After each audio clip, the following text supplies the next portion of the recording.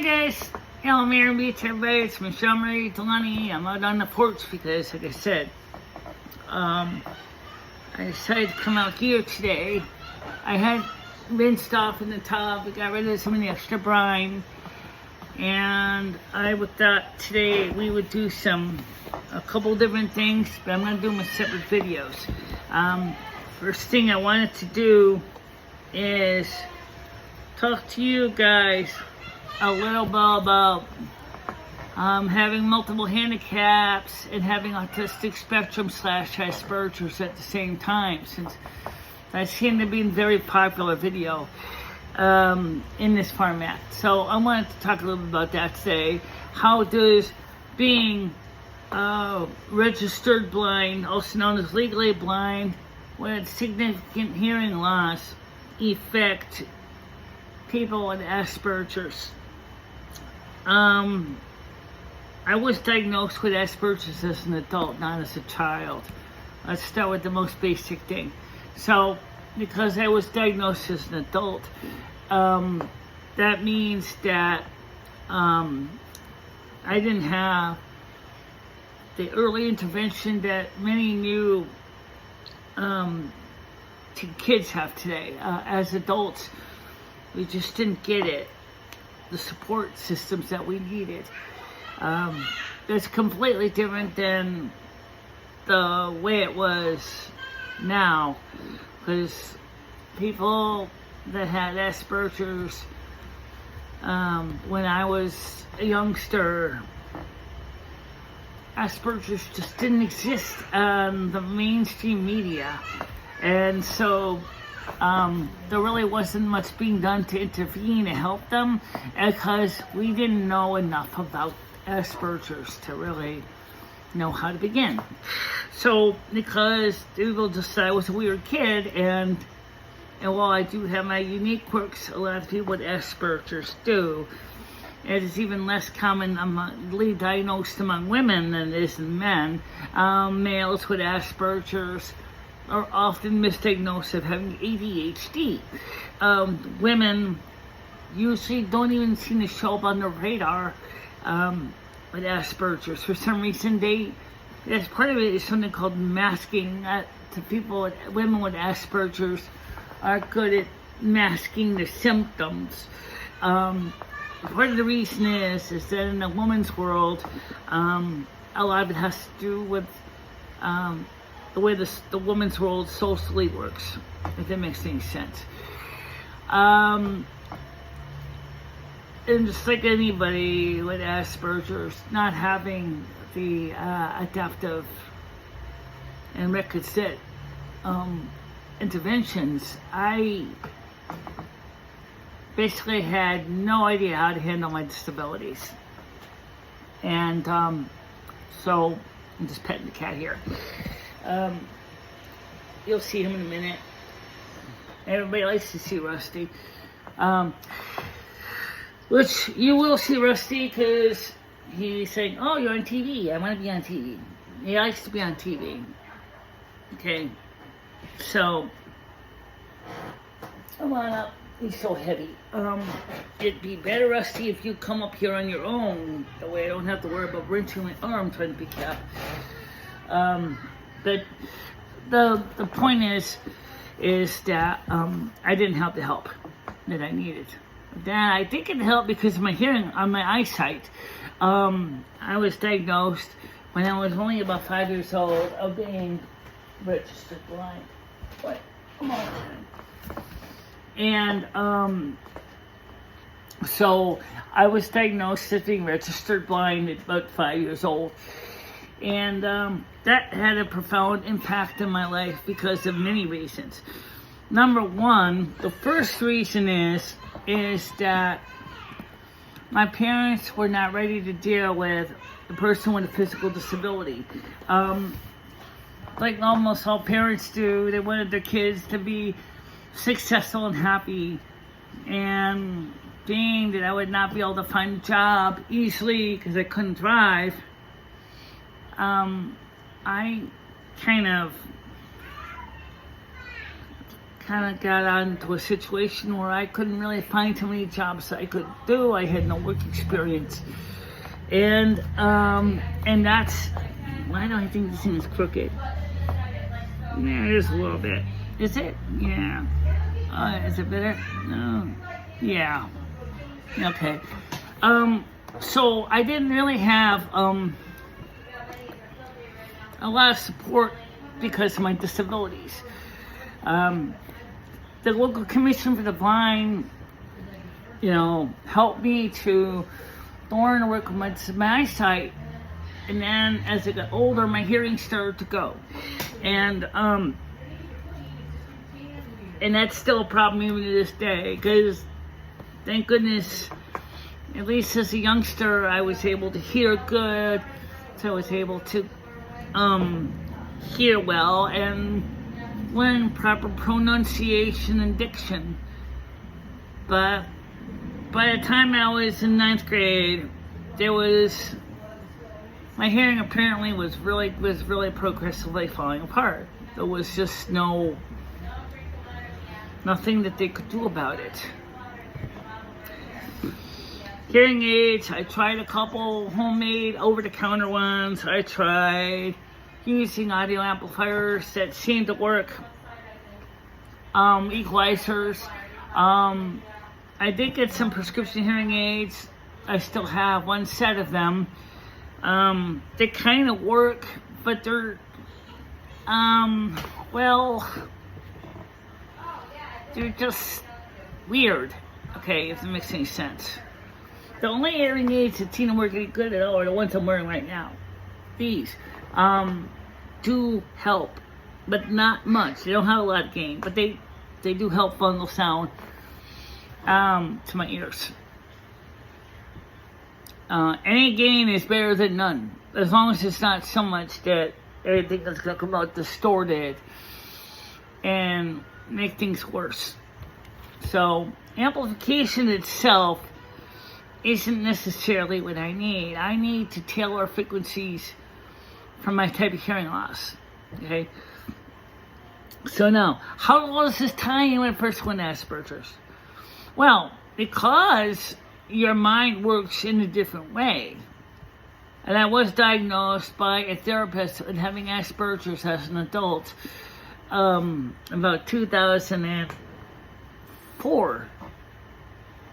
The first thing you find out is when a therapist diagnoses you is, what does that mean, Asperger's? Or now as they say in DSM-5, high-functioning autism. What does it mean? It's just a word. I mean, that's the way I see it. It's just a classification. How is this going to help me with my life? So let's talk about that. First of all, let's get one thing clear.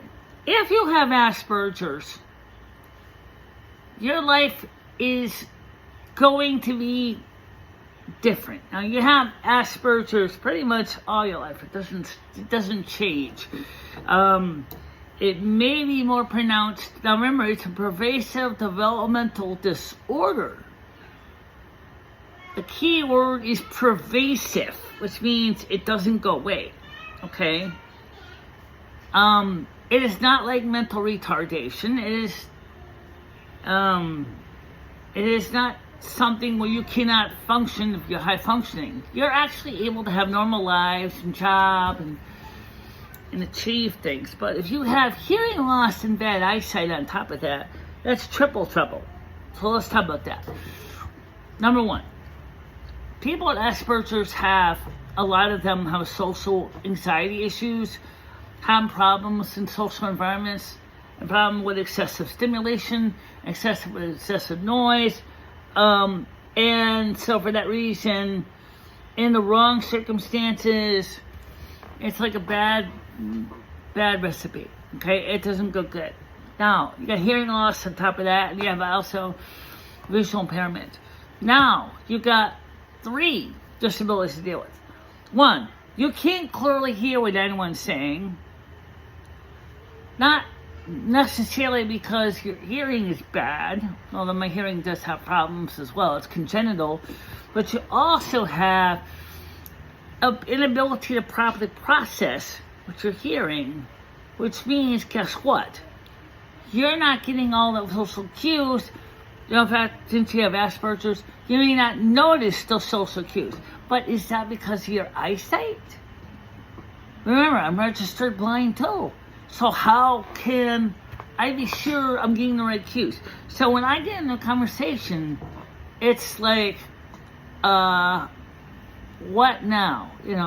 What am I to do? I mean, how am I supposed to start a conversation with somebody? How am I supposed to approach them? Now, many people with Asperger's and autistic spectrum are extremely smart. They're not dumb. And in their special areas of interest, they are top of the game. Okay? And many of them are savants. Not all of them, but many are savants. Or savant syndrome. They can remember scores, dates, appointments, names, historical references. They could tell you all about their specialty, maybe photography or light bulbs or geological things like types of rocks, foundation formation, information about pets, cats, dogs. They know all about them, and they can tell you they're like a walking encyclopedia in that field, and that's great that they love it. That it's something that they're familiar talking about. But then when you're on YouTube, though, as a YouTuber, I have to deal with other things that gives anxiety, which is the social. I'm not good in social situations. I'm really not. If there's too many people, too much talking, even if I could properly hear you, everything comes across to me as too sharp and too fast, and I just totally lose it.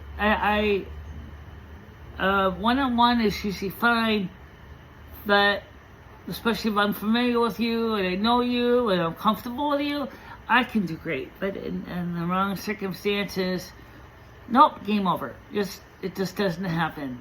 It just doesn't happen in that case. So I don't know how else to say it. So when I got on YouTube, I had no choice but to take the bull by the horns on the social thing.